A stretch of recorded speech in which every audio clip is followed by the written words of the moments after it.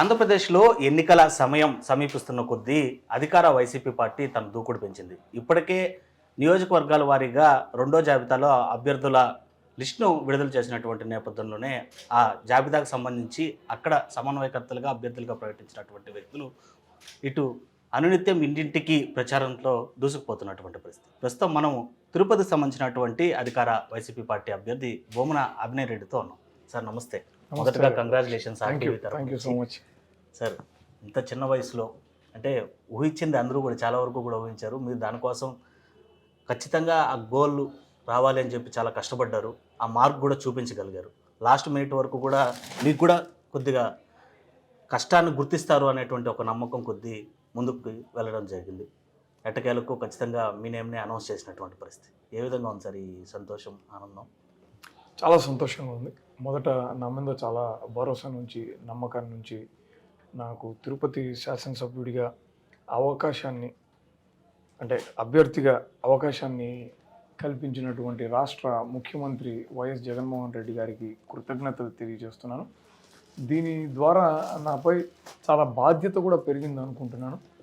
రానున్న రోజుల్లో మరింత ప్రజలకు దగ్గరగా ఉంటూ ప్రజా సమస్యలను పరిష్కరించేందుకు చిత్తశుద్ధితో పనిచేయాలని నిరంతరం నాకు తడుతూనే ఉంది. రానున్న ఎన్నికల్లో తిరుపతిలో వైఎస్ఆర్ కాంగ్రెస్ పార్టీ విజయ దుందుబి కూడా మోగిస్తుందన్న నమ్మకం బలంగా ఉంది. సార్ ఎలా కలిగింది ఆలోచన? అంటే మీరు ఫారెన్లో ఎడ్యుకేషన్ అంతా చూసుకొని వచ్చినటువంటి పరిస్థితి. నాన్నగారిని చిన్నతనం నుంచి చూస్తున్నారు. ఆయన ఇటు క్రియాశీలక రాజకీయాల్లో ఉన్నారు. ఒక ఉద్యమ నేతగా పనిచేసినటువంటి వ్యక్తి. మీకు అదే దారిలోనే నడవాలని ఎందుకు అనిపించింది అసలు? వాస్తవానికి నాకు ఇప్పుడు కూడా రాజకీయాల్లోకి రావాలన్న ఆలోచన లేదు. నేను 2010 మాస్టర్స్ పూర్తి చేసి ఇండియాకి వచ్చిన తర్వాత చాలా సీరియస్గా పవర్ ప్లాంట్ని ఒకటి నిర్మాణం చేపట్టాలని చెప్పి ఒక కంపెనీలో అప్రెంటిస్గా కూడా పనిచేయడం జరిగింది. కానీ ఆ రోజుల్లో రాజశేఖర రెడ్డి గారు చనిపోయిన తర్వాత పరిణామాలు, నియోజకవర్గంలో నాన్నగారు అందుబాటులో లేకపోవడం, క్యాడర్ ఎవరో ఒకళ్ళు ఉంటే బాగుంటుంది అన్న అభిప్రాయాన్ని వెలువరించినప్పుడు మొదటిసారిగా ఆయన స్థానాన్ని భర్తీ చేస్తూ క్యాడర్కి అందుబాటులో ఉండగలిగితే బాగుంటుందన్న ఉద్దేశంతో వడివడిగా అడుగులు పడ్డాయి.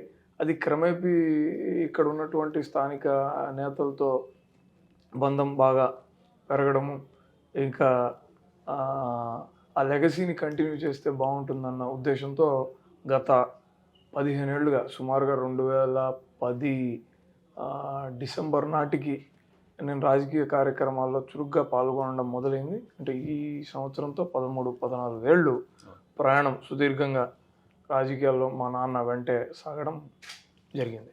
సో నాన్నను చూసి అడుగులు వేశారు. ఆ అడుగులు వేస్తున్నటువంటి సమయంలో చేయందించి గురువుగా తోడ్పాటు చేసినటువంటి వ్యక్తి ఎవరన్నా ఉన్నారా మీ జీవితంలో, రాజకీయ జీవితంలో?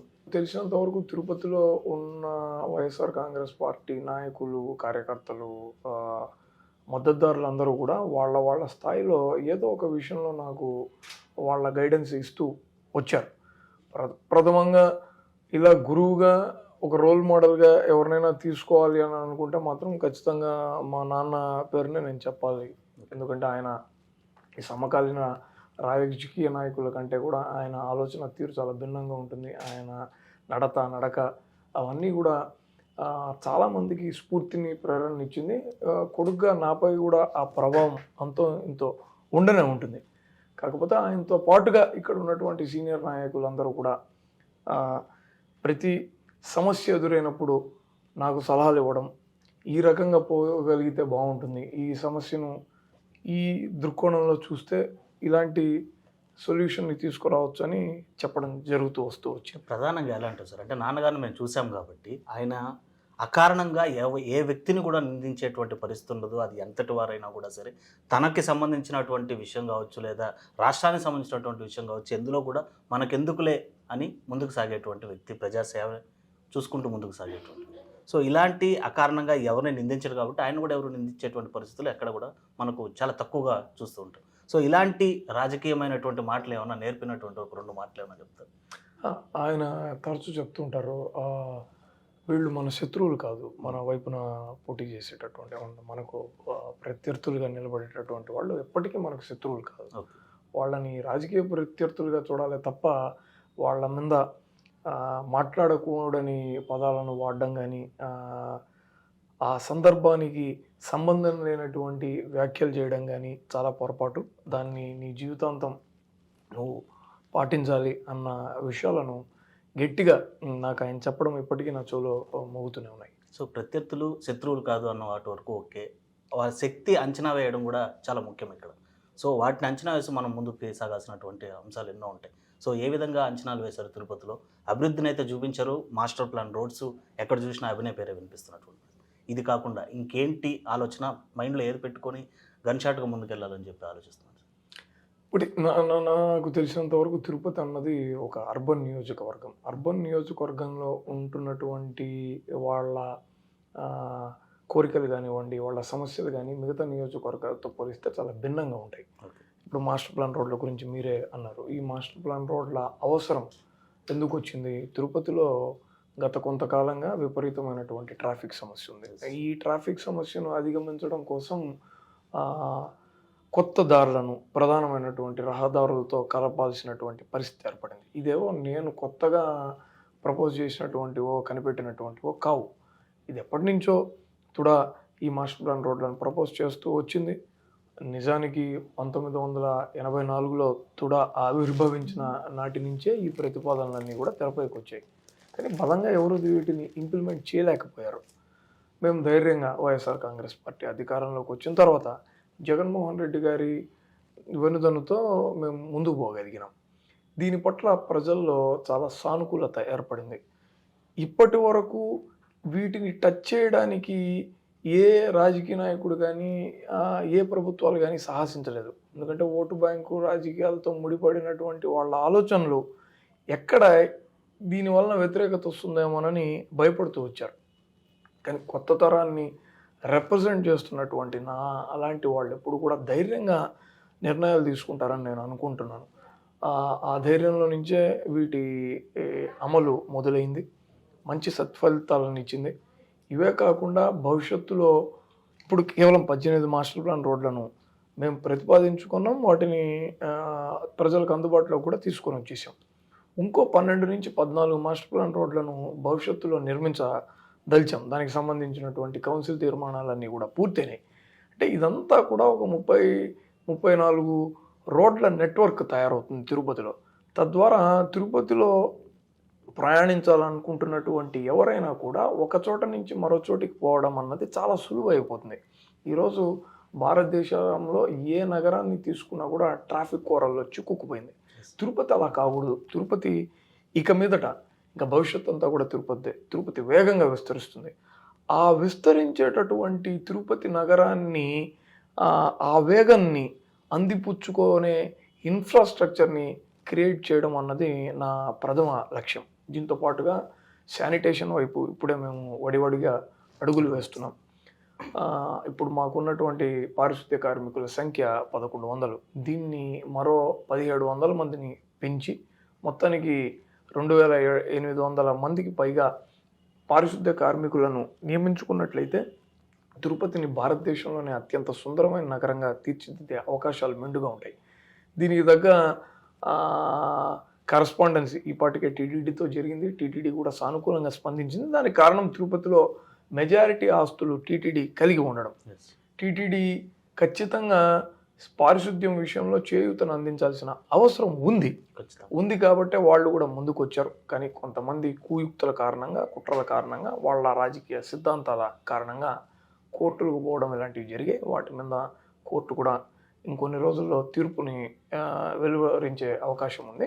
నాకు గట్టి నమ్మకం ఉంది తిరుపతి పారిశుద్ధ్యం విషయంలో కోర్టు తీర్పు అనుకూలంగా వచ్చినట్లయితే వచ్చే సంవత్సరానికల్లా భారతదేశంలో ఇది నేను ఏదో మాటల్లో చెప్తున్నటువంటిది కాదు, తిరుపతి అత్యంత సుందరమైన నగరంగా మారుతుంది, పరిశుభ్రమైన నగరంగా తయారవుతుంది. ఇవి కాకుండా తిరుపతిలో 75 సంవత్సరాలుగా అపరిష్కృతంగా ఉన్నటువంటి శెట్టిపల్లి భూ సమస్యను పరిష్కరించడం కారణంగా తిరుపతి మున్సిపల్ కార్పొరేషన్కి ఒక 110 ఎకరాల స్థలం రాబోతుంది. ఇక్కడ ఐటీ పరిశ్రమను నెలకొల్పడానికి అన్ని పాజిటివ్ అంశాలు ఉన్నాయి. ఇన్ఫ్యాక్ట్ మేము ఇప్పటికే కొన్ని మిడ్ సైజ్ ఐటీ కంపెనీ యజమానులతో మాట్లాడితే మీరు ఇన్ఫ్రాస్ట్రక్చర్ని అవి అక్కడ ప్రొవైడ్ చేయగలిగితే మేము తిరుపతిలో పెట్టుబడులు పెట్టడానికి సిద్ధంగా ఉన్నామని అంటున్నారు. దానికి కారణం కూడా రాయలసీమలోనే తిరుపతికి ఒక ప్రత్యేకమైనటువంటి స్థానం ఉంది. కారణం విద్యా సంస్థలు ఇక్కడ అధికంగా ఉన్నాయి. ఐటీ పరిశ్రమకు కావాల్సినటువంటి ఉద్యోగస్తులు ఇక్కడ అంటే విద్యార్థులు దొరకడం అన్నది చాలా సులువు అవుతుంది. ఇతర మెట్రో సిటీలతో పోలిస్తే తక్కువ జీతానికే పనిచేయగలిగినటువంటి వాళ్ళు ఉంటారు. ఈ తక్కువ జీతంతో పనిచేయించుకోవడం వలన ఐటీ కంపెనీలకు లాభం ఉంటుంది. ఇప్పుడు ఐటీ కంపెనీస్ అన్నీ కూడా Tier 2 సిటీస్ మీద దృష్టి పెడుతున్నాయి. తిరుపతి Tier 2 సిటీస్లో ఆ కాంపిటీషన్లో ముందు ఉండగలిగితే, ఇప్పుడే దాన్ని అందిపుచ్చుకోగలిగితే భారతదేశంలో ఐటీ రంగానికి సంబంధించి Tier 2 సిటీస్లో తిరుపతి నెంబర్ 1 స్థాయిలో నిలబడే అవకాశాలు ప్రస్ఫుటంగా కనపడుతున్నాయి. దానికి తగ్గట్టుగానే బాటలు వేస్తున్నాం. అండ్ క్రైమ్ ఫ్రీ సిటీగా కూడా తిరుపతిని మార్చాలన్న ఉద్దేశం ఉంది. కమాండ్ కంట్రోల్ సెంటర్ ద్వారా ఇప్పటికే మేము 3 నుంచి 350 సీసీ కెమెరాలను నగర వ్యాప్తంగా పెట్టి సర్వేలెన్స్లో ఉంచాలని వర్క్స్ జరుగుతున్నాయి. ఇంకొక సంవత్సరంలో కమాండ్ కంట్రోల్ సెంటర్ పూర్తవుతుంది. కానీ ఈ సంఖ్యని 3,500 నుంచి 4,000కు చేసి ప్రతి సందులోనూ, అంటే సందు మొదట్లో, మధ్యలో, చివరిలోనూ కెమెరాలు అమర్చి పూర్తిగా నగరాన్నంతా కూడా నిఘా నీడలో పెట్టగలిగితే క్రైమ్స్ కూడా తగ్గుతాయి అన్నటువంటి ఆలోచన చేస్తూ దాని తగ్గట్టుగా నిర్ణయాలు కూడా తీసుకోబోతున్నాం. సరే, ఏదైతే ఇప్పుడు మీరు అభివృద్ధి అని ముందుకు వెళ్తున్నారో దానికి అనేక అడ్డంకులు ఎదురవుతున్నటువంటి పరిస్థితిని కల్లారా చూస్తున్నాం. ఎందుకంటే టీటీడీ నిధులను 1% తీసుకొని రావాలి అనేటువంటి ఆలోచన చేశారు. పారిశుద్ధ్య కార్మికుల్ని టీటీడీ అకామిడేట్ చేసుకుంటే బాగుంటుంది అనేటువంటి ఆలోచన చేశారు. యాజ్ ఏ రిపోర్టర్గా కాకుండా యాజ్ ఏ తిరుపతి సిటిజన్గా కూడా మేము కూడా చాలా దానికి సపోర్ట్ చేస్తున్నాం కూడా. సో ఇలాంటి దాన్ని రాజకీయం చేస్తూ కోర్టుల దాకా వెళ్ళినటువంటి పంచాయతీ కోర్టు కనుక అంగీకరించినటువంటి పరిస్థితుల్లో ఏ విధంగా ముందుకు వెళ్ళగలం అనేటువంటి ఆలోచన, ప్లాన్ బి ఏదైనా ఉందా? ఒకటి, ఎప్పుడు కూడా ఒక పనిని మొదలుపెట్టినప్పుడు ఆ పని వెంటనే అయిపోతుందని మనం అనుకోలేము. అంటే అది ఒక పెద్ద స్కేల్లో జరిగేటప్పుడు దానికి ముందు కొన్ని అవాంతరాలు, అడ్డంకులు ఇవన్నీ కూడా వస్తూనే ఉంటాయి. కానీ ఒక తొలి అడుగు పడిన తర్వాత ఆ మలి అడుగు వరకు పోవడానికి ఏదో ఒక మార్గాలు మన కంటికి కనపడుతూనే ఉంటాయి. ఇప్పుడు టీటీడీకి నుంచి కోర్టు వైపు నుంచి ఒక నెగిటివ్ తీర్పు వచ్చినంత మాత్రాన ఈ పని ఇక్కడితో ఆగిపోదు. వేరే నిధులను, ప్రత్యామ్నాయ నిధుల్ని అన్వేషించే పరిస్థితి వస్తుంది. దానికి సంబంధించినటువంటి ప్లాన్స్ కూడా మేము, అంటే ప్లాన్ బిలో ఏం చేస్తే బాగుంటుందన్న వాటి మీద ఇంకా పనిచేస్తున్నాం. వన్స్ నాకు మా వాళ్ళ నుంచి ఆ క్లారిటీ వచ్చిన తర్వాత ఆ వివరాలు కూడా మీకు నేను తెలియజేస్తాను. బట్ దీని పైన పెద్ద ఎత్తున పౌర సమాజం నుంచి మద్దతు లభించింది. తిరుపతి పారిశుద్ధ్యం విషయంలో టీటీడీ పెట్టేటటువంటి ఖర్చు సరైందేనన్నటువంటి అభిప్రాయాలు చాలా చోట్ల వ్యక్తం అవుతున్నాయి. నాకు గట్టి నమ్మకం ఉంది కోర్టు కూడా దీని మీద సానుకూలంగానే తీర్పిస్తుంది. ఎందుకంటే టీటీడీ తీసుకున్నటువంటి నిర్ణయం ఏదైతే ఉందో అది టీటీడీకి దఖలుపరిచినటువంటి అధికారాలు. ఇది ఎండోమెంట్స్ యాక్ట్ 1987 ప్రకారం టీటీడీ ఫాలో అవుతుంది. దాంట్లో సెక్షన్ 1111 సబ్సెక్షన్ 4(7) పాయింట్ ప్రకారం శానిటేషన్కి అలానే వాటర్ సప్లైకి ఖర్చు పెట్టేటటువంటి అధికారం టీటీడీకి ఉంది భక్తుల కోసం. భక్తులు ఎక్కువ మంది ఇక్కడ తిరగాడుతున్నారు కాబట్టి. అలానే సెక్షన్ 6లో చారిటీ వర్క్ బేసిస్ మీద కూడా టీటీడీ ఖర్చు పెట్టడానికి ఏ అడ్డంకి కూడా లేదు. అలానే చారిటీ చేయదగ్గటువంటి లిస్టును కూడా ఈ ఎండోమెంట్స్ యాక్ట్లో చాలా వివరంగా రాసి ఉంచారు. లీగల్గా టీటీడీ తీసుకుంటున్న నిర్ణయం కరెక్ట్గానే ఉన్నట్టుగా కోర్టు భావిస్తుందని మేము అనుకుంటున్నాం. ఆ తీర్పు స్పందిస్తుందన్న నమ్మకం అయితే నేను వ్యక్తం చేస్తున్నాను. ఇంకా ఏ రకంగా వస్తుందనేది ఈ ఆలోచనలు మీరు చేస్తున్నారు. ఈ ఆలోచనలకి అడ్డంకులు కావాలని కల్పిస్తున్నటువంటి కొంతమంది ఏ అభినయ్ మీద కోపంతోనే చేస్తున్నారు అనేటువంటి టాక్ కూడా నడుస్తున్నటువంటి పరిస్థితి. అంటే ఇక్కడ నగర అభివృద్ధితో పాటు అభినయ్ కూడా మంచి పేరు ఎక్కడ వచ్చేస్తుందో అనేటువంటి ఒక రాజకీయం చేస్తున్నారు. సో యూత్లో మీకు ఉన్నటువంటి ఇంత తక్కువ ఏజ్లో అలాంటి వారిపైన కోపం అలాంటివి ఏం కూడా రావా? సో కోపం రాదా అనేటువంటి అంశం. వ్యక్తిగతంగా నాకు ఎవరి మీద ఎటువంటి ద్వేషం కానీ కోపం కానీ రాదు. కానీ బట్ దీని మూలంగా ఎవరికి ఇబ్బంది కలుగుతుంది? అంతిమంగా నష్టపోయేది నగరం కదా. వాళ్ళు ఆలోచించాల్సింది అది. మీరు నిర్ణయాలు తీసుకునేటటువంటి స్థానంలో ఉన్నప్పుడు మేము ఎప్పుడూ అడ్డు చెప్పలేదు. ఇప్పుడు ఎవరైతే అడ్డంకులు సృష్టిస్తున్నారో గతంలో టీటీడీలో వాళ్ళు భాగమైనప్పుడు టీటీడీ తిరుపతిలో చేస్తున్నటువంటి అభివృద్ధి కార్యక్రమాలకు ఖర్చు చేసిన సందర్భంలో మేము ఎప్పుడు కూడా బయటకు వచ్చి నానా యాగి చేయలేదే, తప్పు పట్టలేదే. ఎందుకు? మీరు తిరుపతి వాసే కాబట్టి మీకు తిరుపతి మీద ఎంత ప్రేమ ఉందో నాకు కూడా అంతే ప్రేమ ఉంది. నేను ఇక్కడే పుట్టా, ఏడే పెరిగా, ఈ ఊరి మీద మమకారం ఉంది. ఎవరు చేసినా కూడా ఊరు మారుతుంది కదా, ఊరు ఒక ప్రత్యేకమైనటువంటి స్థానాన్ని సంపాదిస్తుంది కదా అని అనుకుంటాం. బట్ వీళ్ళ ఉనికి కోసం, వీళ్ళ రాజకీయ అవసరాల కోసం ఇలా కోర్టుకు పోయినప్పుడు బాధ అనిపిస్తుంది. కోపానికన్నా నష్టం, ఊరు నష్టపోతుంది అబ్బా, ఫీల్ అవుతారు. ఖచ్చితంగా. కోపం పడి నేను చేయగలిగింది ఏముంది? ఏం చేయలేము. ఆరోగ్య సమస్యలు తెచ్చుకోవాలి. బట్ ఖచ్చితంగా బాధపడతాను. ఓకే. సో ఈ మాస్టర్ ప్లాన్ రోడ్ల విషయంలో కూడా అనేక అడ్డంకులు వచ్చాయి. సాధారణంగా అయితే అభివృద్ధి కోసం చూస్తూ ఉండేటప్పుడు ఇలా అడ్డంకులు ఎదుర్కొంటూ ఉండేటప్పుడు ఎవరైనా నాకేముందులే అని పక్కదారి చూసుకొని వెళ్ళిపోతూ ఉంటారు, ఏదైతే అభ్యంతరం వ్యక్తం చేసినటువంటి రోడ్లు. అలాంటిది ఈగోలన్నీ పక్కన పెట్టి ఇటు యూనివర్సిటీ రోడ్ల విషయంలో అయితే అన్ని రాజకీయ పార్టీలకు సంబంధించినటువంటి నేతల్ని, స్టూడెంట్స్, యూనియన్ని అందరినీ కూడా సమన్వయం చేసుకొని వెళ్ళడం ఎలా సాధ్యపడింది? అది నా బాధ్యత. నాకు నా మీద నమ్మకంతో నాకు ఒక బాధ్యత అప్పగించినప్పుడు చాలా ఆరోపణలు కూడా వచ్చాయి దీనిపైన, మీరు చెప్తాను. దానికి కూడా మీరు ఈ ప్రశ్నకు సమాధానం అయిపోయిన తర్వాత మీరు దాని గురించి అడుగుతారు. నా పైన బాధ్యత కూడా ఉంది. ఆ బాధ్యత ఉన్నప్పుడు నేనేం చేయాలి? నేను పట్టు విడువను, నేను ఇదే దారిలో పోతాను, నేను ఇంతే, నేను ఇలానే ఉంటానంటే నష్టపోయేది ఎవరు? నా మీద నమ్మకం పెట్టుకున్నటువంటి ప్రజానికం. మా యూనివర్సిటీ రోడ్లు అన్నది అవసరం.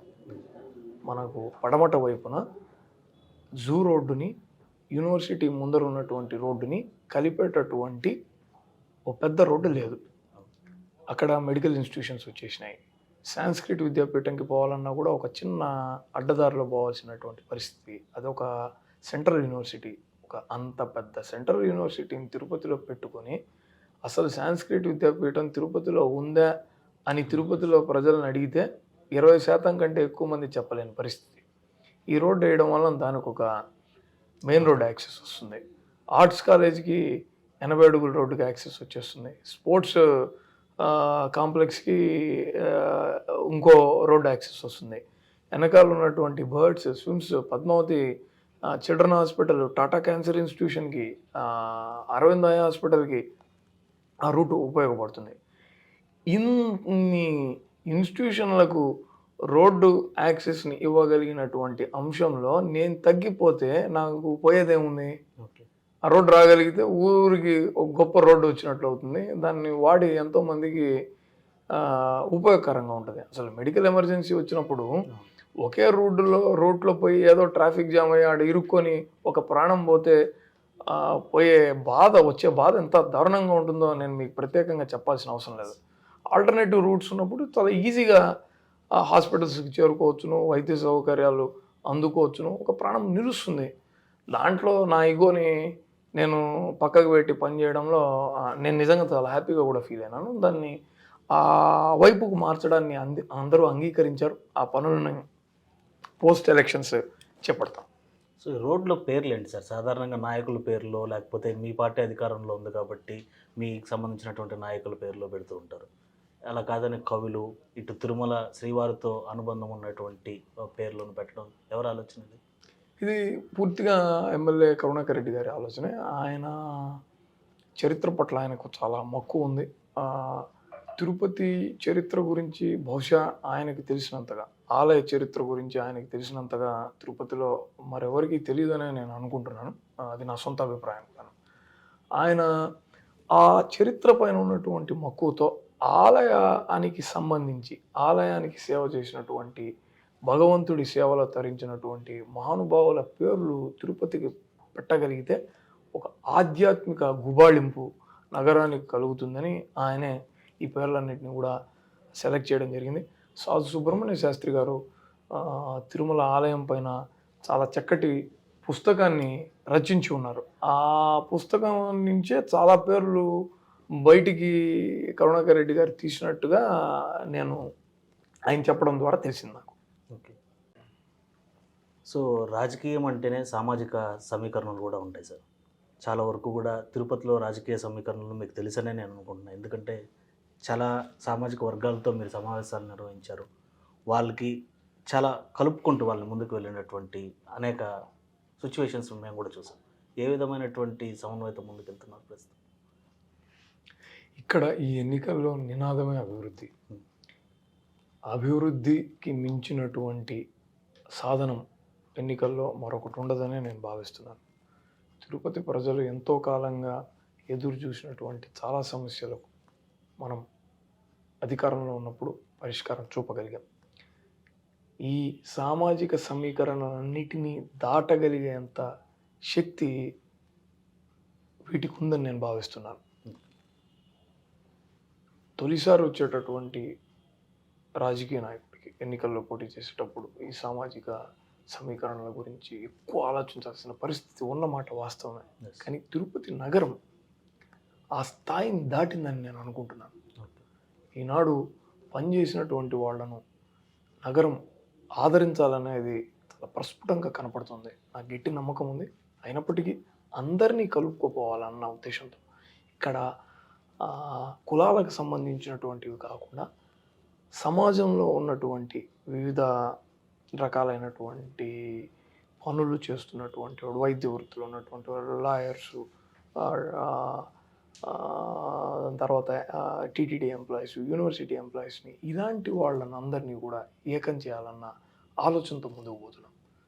రైట్. మీరు అనుమతిస్తే కొన్ని ఆరోపణలు ప్రతిపక్షాలు ఎదుర్కొంటున్నటువంటి, ఎందుకంటే సమాధానం చెప్పి తీరాలి, మనం ప్రజలు అర్థం చేసుకుంటారు కాబట్టి, ప్రజల నుంచి ఏ విధమైనటువంటి మన్ననలు పొందుతున్నారో అభివృద్ధి విషయంలో తిరుపతి, మేము చూసినటువంటి తిరుపతి అనేటువంటి మాట చాలామందికి ప్రజానికంలో వినిపిస్తున్నటువంటి తరుణంలో స్వలాభం కోసమే వీటిని చేపట్టారు అని ప్రతిపక్షాలు గట్టిగా మాట్లాడుతున్నటువంటి. అంటే ప్రతిపక్షం అధికార పక్షం చేసినటువంటి మంచి పనిని ఎప్పుడైనా 100% సమర్థించినటువంటి సందర్భం ఉందా? ఎప్పటికీ ఉండదు. అది వాళ్ళు ఏదో ఒక తప్పుని బయటికి తీయాలని అనుకుంటుంటారు. అరే నేను మళ్ళీ చెప్పేది ఇదే, వీటిని నేను ప్రపోజ్ చేసిందా కాదు. 2019లో అప్పటి తుడా చైర్మన్గా ఉన్నటువంటి నరసింహ యాదవ్ గారే తుడా మాస్టర్ ప్లాన్ రోడ్లుగా ఈ రోడ్లన్నింటినీ కూడా ప్రతిపాదించారు. నేను కేవలం ఇంప్లిమెంటే చేశాను. ఒకవేళ నా స్వలాభానికి ఈ రోడ్లు వేసి ఉంటే ఎవరో వేసినటువంటి ప్లాన్ నాకెలా ఉపయోగపడుతుంది? నేను కొత్తగా నా ఇష్టం వచ్చినట్టుగా మాస్టర్ ప్లాన్ నన్ను మార్చేసి ఉంటాను కదా, అట్లా ఇట్లా వేసుకున్నాను. ఏం లేదా, నేను దాన్నే రెఫరెన్స్గా తీసుకున్నా. వాళ్ళు ఏ దారులు వేయాలని ప్లాన్ తయారు చేశారో దాన్ని ఇంప్లిమెంట్ చేశాను. దీనికి ఆ విమర్శలో హేతుకత లేదు అని చెప్పడానికి ఇంతకంటే గొప్ప సమాధానం మరొకటి లేదని అనుకుంటున్నాను. ఇవాళ అభినయ్ 50 ఏదైతే కార్పొరేటర్లు ఉన్నారో వాళ్ళందరినీ అండగా పెట్టుకొని భూ కబ్జాలకు పాల్పడుతున్నాడు, బాగా భూములు వెనకేసుకున్నాడు వచ్చే ఎన్నికలకి అనేటువంటి వాదనలు కూడా. మంచి క్వశ్చన్ వేశారు. తిరుపతి ఎన్ని స్క్వేర్ కిలోమీటర్స్ విస్తీర్ణంలో ఉందో తెలుసా మీకు? 27 స్క్వేర్ కిలోమీటర్ నగరపాలక సంస్థ పరిధి. ఇది అర్బన్ నియోజకవర్గం. కడప 165 స్క్వేర్ కిలోమీటర్లు ఎంత ఉంటుంది. చిత్తూరు ఇంకా పెద్దది. మరో నియోజకవర్గం చంద్రగిరి చాలా పెద్దది. తిరుపతిలో భూములు ఆడున్నాయి. లోకేష్ మీరే చెప్పండి. భూ కబ్జాలు చేసి చాలా భూముల్ని వెలికేసుకొని వచ్చేంత భూమి తిరుపతిలో అందుబాటులో ఉందా చెప్పండి. ఓకే, సరే, ఒకవేళ వాళ్ళ ఆరోపణలే నిజమైతే నాకు పలానా చోట భూమి ఉందని మీరు నిరూపించండి. నేను అదంతా మీ ఆర్టీవీకే రాసి చేస్తాను. మీకు ప్రతిపక్షాల నుంచి ఏ విధమైనటువంటి సపోర్ట్ లేదని చాలా క్లియర్ కట్గా కనిపిస్తుంది. తిరుపతిలో ఒంటరిగా వెళ్తున్నారు, యూత్ చేసినటువంటి అభివృద్ధినే నమ్ముకొని ముందుకెళ్తున్నటువంటి పరిస్థితి. అనేక ఆరోపణలు ఎదుర్కొంటున్నారు, ఆరోపణలకు సమాధానాలు చెప్తున్నారు. ప్రజలు ఎటువైపు చూస్తున్నారు అనుకుంటున్నారు? నేను అభివృద్ధితోనే పోవడం లేదు. ఇక్కడ పార్టీకి ఇంకా గొప్ప బలం ఒకటి ఉంది, సంక్షేమం. దేశంలోనే ఏ ముఖ్యమంత్రి ఇప్పటి వరకు చేయనటువంటి కని విని ఎరుగని రీతిలో సంక్షేమ పథకాలని అందించినటువంటి ముఖ్యమంత్రి జగన్మోహన్ రెడ్డి గారు. ఆ సంక్షేమానికి ఇక్కడ అభివృద్ధి తోడైంది. ఇవి రెండు ఎలాంటివి అంటే ఒక జోడెద్దులు లాంటివి. ఈ జోడెద్దుల్లో పూర్తి శాతం మేము విజయాన్ని సాధించినాం. కంటికి కనపడేటటువంటి రోడ్లు, ఫ్రీ లెఫ్ట్లు, స్లిప్ వేలు ఒక పక్క అయితే, సంక్షేమాన్ని అందుకుంటున్నటువంటి ప్రజలు దాదాపుగా 2 లక్షల మంది. దీనికి తోడుగా 110 ఎకరాలకు సంబంధించినటువంటి 22A కింద నలుగుతున్నటువంటి సర్వే నెంబర్లను లిఫ్ట్ చేసి 7,500 మందికి శాశ్వత భూ హక్కును కల్పించగలిగినాం. సెట్టిపల్లి ల్యాండ్ పూలింగ్ ద్వారా ఒక 5 నుంచి 7,000 మందికి ఉపయోగం పడేటట్టుగా వాళ్ళ సమస్యని పరిష్కరించినాం. టీటీడీ చైర్మన్గా కరుణాకర్ రెడ్డి గారు అయిన తర్వాత 40 ఏళ్లుగా టీటీడీ ఎంప్లాయీస్ చిరకాల కలగా ఉన్న ఇళ్ల స్థలాలు, అది సర్వీస్లో ఉన్నటువంటి వాళ్ళతో మొదలై ఇప్పుడు రిటైర్ అయినటువంటి వాళ్ళు, హౌసింగ్ లోన్ తీసుకున్నటువంటి వాళ్ళు, ఉద్యోగం చనిపోయినటువంటి వాళ్ళు, అంటే వాళ్ళలో ఎవరైనా విడోస్ మిగిలి ఉంటే వాళ్లకు వెరసి 7,000 మందికి దగ్గరగా ఇళ్ల స్థలాలు రాబోతున్నాయి. శానిటేషన్ ఎంప్లాయీస్ టీటీడీలో తక్కువ జీతాన్ని పొందుతుంటే ఒకే ఉదుటున కరుణాకర్ రెడ్డి గారి నిర్ణయం వలన 5,000 రూపాయల జీతం పెరిగింది. ఇతర అవుట్సోర్సింగ్ ఎంప్లాయీస్ అందరికీ కూడా ప్రతి సంవత్సరం ఇక మీదట నుంచి 3% శాలరీ హైక్ ఉండబోతోంది. పోర్టు వర్కర్లకు ఒకేసారి 10,000 పెంచినారు. ఈ నాయ బ్రాహ్మణులకు, క్షురకులకు, కొండపైన ఉన్నటువంటి వాళ్లకు ఫీజు రేటుతో పాటుగా 20,000 రూపాయల శాలరీని, ఫిక్స్డ్ శాలరీని చేశారు. ఇది కాకుండా ఇంకొంతమంది వర్కర్లకు 5,000 రూపాయల శాలరీలు చేశారు. లెక్చరర్స్, టీచర్స్, వివిధ టీటీడీ విద్యా సంస్థల్లో పనిచేస్తున్నటువంటి వాళ్లను 2014 వరకు కాంట్రాక్ట్ బేసిస్లో రెగ్యులర్ పోస్టులకు తీసుకున్నటువంటి వాళ్ళందరినీ కూడా రెగ్యులరైజ్ చేయబోతున్నారు.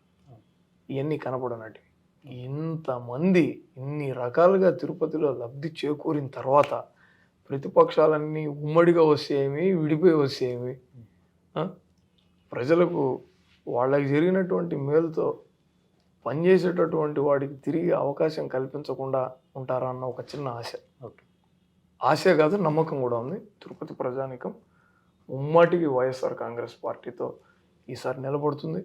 నాకు మంచి మెజారిటీని తిరుపతి ప్రజానికం ఇస్తారన్న విశ్వాసం కూడా ఉంది. మన పక్క నియోజకవర్గం చంద్రగిరి నియోజకవర్గం, మన తిరుపతితో కూడా మమేకమైనటువంటి నియోజకవర్గం. మనలాంటి యూతే, నేను కూడా యూత్ కాబట్టి చెప్తున్నా, అక్కడ చెవిరెడ్డి మోహిత్ రెడ్డికి ఇవ్వడం. రీసెంట్గా ఆయనతో ఇంటర్వ్యూ చేసాం. ఏంటి పక్క నియోజకవర్గం అభినయ్ రెడ్డి గారితో మీతో సంబంధం ఏ విధంగా ఉంటుంది? సోదర సమానులు, నాకు ఆయన ఒక గురువులాగా అన్ని ప్రోత్సహిస్తూ ఉంటారు. అది ఏ విధంగా ఉందంటే, నాన్నగారికి వాళ్ళ నాన్నగారికి మధ్య గురు శిష్యుల సంబంధం ఉంది. మీ ఇద్దరి మధ్య ఎలాంటి సంబంధం? ఇన్ఫాక్ట్ నాకు భాస్కర్ అంకుల్తోనే చాలా ఆత్మీయ సంబంధం ఉండేది. నేను హైదరాబాద్లో చదువుకునే రోజుల్లో భాస్కర్ అంకుల్ నేను కలిసే ఉండేవాళ్ళం. ఆయన ఎప్పుడు హైదరాబాద్కి వచ్చినా నేను ఉన్నటువంటి ఫ్లాట్లోనే ఉండేవాళ్ళు. ఆయనతో నేను కలిసి చాలా ఊర్లకు తిరిగినాను, చాలా సమయాన్ని గడిపాను. ఆనాటికి మోహిత్కు 6 ఏళ్ళు ఉండొచ్చాము. నేను 6 ఇయర్స్ నుంచి మోహిత్ని రఫ్గా చూస్తాను. నాకు మంచి సోదరభావం ఉంది, తనతో ఆత్మీయ సంబంధం ఉంది. మోహిత్ అన్ని రకాలుగా క్యాండిడేట్గా అక్కడ పోటీ చేయడానికి హీ డిజర్వ్స్ ఇట్. తను మంచి చేయాలన్న తపనతో ముందుకు వెళ్తున్నాడు. మోహిత్ ఖచ్చితంగా సక్సెస్ అవుతాడు. ఏది చెప్పినా వింటాడు. మరీ ముఖ్యంగా నేను తనలో గమనించినటువంటి పాజిటివ్ అంశం ఏంటంటే, ఎవరు ఏం మాట్లాడినా కూడా దాన్ని రిసీవ్ చేసుకుంటాడు. వాళ్ళ నాన్నకున్నటువంటి ఆ ఫైటింగ్ స్పిరిట్ మోహిత్లో కూడా కనపడుతుంది. నో డౌట్ మోహిత్ చాలా గొప్ప లీడర్ అవుతాడు. మేమిద్దరం ఒకేసారి కలిసి శాసనసభలోకి వెళ్ళడానికి నాకు చాలా సంతోషంగా ఉంది. ఓకే, రాష్ట్రానికి సంబంధించి మీ నాయకుడికి సంబంధించి ఒకే ఒక ప్రశ్న సార్. ఇవాళ రాష్ట్రంలో మీ నాయకుడు ఒంటరిగా సిద్ధమవుతున్నాడు ఎన్నికలకి. ఇటు టీడీపీ, జనసేన, బీజేపీ ముగ్గురు ఆపోజిట్లో ఉండేటువంటి పరిస్థితి. సొంత సోదరి కాంగ్రెస్లోకి వెళ్ళినటువంటి పరిస్థితి. వీటన్నిటిని ఎదుర్కొని ముందుకు వచ్చేటువంటి పరిస్థితులు ఏ మేరకు కనిపిస్తుంది? రాష్ట్ర వ్యాప్తంగా అనుకూల పవనాలే ఉన్నాయని భావిస్తున్నారా? అంటే జగన్మోహన్ రెడ్డి గారి ప్రయాణాన్ని మనం మొదటి నుంచి చూద్దాం. ఆయన ప్రయాణం ఎప్పుడైనా నల్లేరు మీద నడకలాగా సాగిందా? ఆయన రాజకీయాలు మొదలెట్టిన నాటి నుంచి ఈనాటి వరకు ఏదో ఒక సమస్య, ఏదో ఒక అవాంతరం, ఏదో ఒక ఎదురు దెబ్బ, దేన్ని అతను కేర్ కూడా చేయలేదు. మరోవాడు ఏంటంటే పారిపోయి ఉంటాడు రాజకీయాల నుంచి, నాకు వద్దురా బాబు అని. ఆయన్ను మరొక 1,00,000 సమస్యలు వచ్చి నెత్తిన పడినా అతను బెదరడు, అతను తగ్గడు, అతను ఒక మేరుపర్వతం లాంటి వాడు. ఆ తిరిగి ఎంత కష్టమైనా అధికారంలోకి ఆయన రావడం అన్నది జరిగి తీరుతుంది. ఆయన నమ్మేటటువంటిది ఒకటే, ఈ యుద్ధం పేదవాళ్లకు పెత్తందారులకు మధ్య జరుగుతుంది. పెత్తందారుల దగ్గర వసూలు చేసినటువంటి డబ్బునంతా కూడా పేదవాళ్లకు పంచినాడు. పేదవాళ్లకు జగన్మోహన్ రెడ్డి గారి పట్ల పెద్ద ఎత్తున కృతజ్ఞత ఉంది. ఈ మధ్యన ఈ పెన్షన్లు పెంచినప్పుడు ప్రజల్లో వస్తున్నటువంటి స్పందన చూస్తేనే అర్థమవుతుంది ఈయన వాళ్ళ గుండెల్లో ఉన్నాడని. వీళ్ళు ఎన్ని కుయుక్తులు పడినా, ఎంతమంది కలిసినా, నేను ఒకటే అడుగుతా, జనసేన టీడీపీ కలిసి రాబోతుంది. జనసేన బీజేపీ కూడా జనసేన ఎన్ని సీట్లలో నిలబడుతుందో క్లారిటీ లేదు. సరే, క్లారిటీ వచ్చినా ఇప్పుడు ఏదో ఊహాగానాలు వింటున్నాం మనం, ఒక 20 సీట్లు, 30 సీట్లు, 50 సీట్లు అని. ఇంకా ఆ 50 సీట్లలో అభ్యర్థులు ఎవరు ఉన్నారు చెప్పండి? తిరుపతిలో అభ్యర్థిని చెప్పండి, పవన్ కళ్యాణ్ గుండె పైన చేసుకొని చెప్పండి. సరే, పవన్ కళ్యాణ్ వస్తాడు అనుకుందాం తిరుపతిలో, ఖచ్చితంగా పవన్ కళ్యాణ్ కూడా ఓడిద్దాం. పవన్ కళ్యాణ్ గారిని నేను అడగబోయేటటువంటి ప్రశ్న ఒకటే ఉంటుంది, నువ్వు పలానా వీధిలో మొదలైతే ఏ వీధిలోకి ఏ పక్కకి తిరిగితే చేరతావో, ఏ వీధి వస్తుందో, ఆడేముందో చెప్పు అని చెప్పగలడా? ఎందుకు తిరుపతిలో నిలబడి ఏం చేయాలని? నీకు తిరుపతితో సంబంధం లేదు. తిరుపతిలో సామాజిక వర్గం ఉందన్న ఒకే ఒక ఆశతో ఇక్కడికి వస్తే బల్జీ సోదరులు ఎవరు కూడా అంత అజ్ఞానంలో లేరు. వాళ్ళు అభివృద్ధిని చూస్తున్నారు, ఆదరిస్తున్నారు, మా వెంట నడుస్తున్నారు. ఖచ్చితంగా ఎవరు వచ్చి ఇక్కడ పోటీ చేసినా తిరుపతిలో గెలిచేది వైఎస్ఆర్ కాంగ్రెస్ పార్టీనే, రాష్ట్రంలో వచ్చేది జగన్మోహన్ రెడ్డి గారు. ప్రతిసారి సీఎం జగన్ గారిని కలిసినప్పుడు భుజం తట్టి అభినయం నేను ఉన్నానని చెప్తుంటారు. ఆ చిన్న సీక్రెట్ ఏదో చెప్తే బాగుంటుంది. ఏం చెప్తుంటారు ఆయన చెవులు అనేసి? సో మిమ్మల్ని అభ్యర్థిగా ఆయన ముందే ఖరారు అయింటారు కాబట్టి వచ్చినప్పుడంతా కూడా భుజం తట్టి ఏదో చెప్తూ ఉంటారు. ఆ సీక్రెట్ అయితే ఎవరికి తెలియదు. ఆయన జాగ్రత్తగా పని చేసుకోమని వాళ్ళు అందరినీ కలుపుకొని పోమంటారు. బాగా పనిచేయి, నీ పనే మాట్లాడుతుంది. ఎన్ని మాటలు ఎవరేం మాట్లాడినా మనం ఎంత పని చేస్తున్నామో ఆ పనికి తగ్గట్టుగానే ప్రతిఫలం వస్తుంది. నువ్వు చేయాల్సిన పని నువ్వు చేసుకుంటూ. నేను మాస్టర్ ప్లాన్ రోడ్ల గురించి చెప్పినప్పుడు కానీ, ఇతర ఈ 22A లిఫ్ట్ చేయించే విషయంలో అన్న సహకారాన్ని అభ్యర్థించిన రోజు కానీ, మంచి పని చేస్తున్నప్పుడు నా సహకారం పూర్తిగా ఉంటుంది, నువ్వు యూ గో హెడ్. అదే సీక్రెట్. ఆయన పని చేసుకోమంటే అదే బూస్టప్, అదే సీక్రెట్. అంతే. Right sir, thank you, all the best. Thanks. మళ్ళీ శాసనసభలోకి అడుగు పెట్టాక మళ్ళీ కలుద్దాం. Thank you. సో అది మొత్తం మీద ఏదైతే తిరుపతి ప్రజల అభివృద్ధి, తిరుపతి ప్రజల యొక్క యూటిలైజేషన్ అనేది చాలా ప్రతిపాదనగా ముందుకు వెళ్తూ ఉంటాను. ప్రతిపక్షాలు ఎన్ని ఆరోపణలు చేసినప్పటికీ కూడా తనదైన శైలిలో అనేది ముందుకు వెళ్ళడమే ధ్యేయంగా సాగుతున్నటువంటి నేపథ్యంలో ఇటు తండ్రి తోడు, అటు సీఎం జగన్మోహన్ రెడ్డి సంక్షేమం తోడైంది కాబట్టి ఖచ్చితంగా తిరుపతిలో వైఎస్ఆర్ కాంగ్రెస్ పార్టీ గెలుపొందడం ఖాయం. అదేవిధంగా రాష్ట్రంలో సీఎం జగన్మోహన్ రెడ్డి రెండోసారి కూడా అడుగు పెట్టడం ఖాయం అని చెప్పి కూడా తన ధీమా వ్యక్తం చేస్తున్నారు ఉబమన్ అభినయరెడ్డి. వీడియో జర్నలిస్ట్ మణికంఠతో లోకేష్ ఫర్ RTV తిరుపతి. మరిన్ని వీడియోస్ కోసం ఛానల్ ని సబ్స్క్రైబ్ చేయండి, లేటెస్ట్ అప్డేట్స్ కోసం వాట్సాప్ ఛానల్ ని ఫాలో చేయండి అండ్ లింక్ డిస్క్రిప్షన్ లో ఉంది.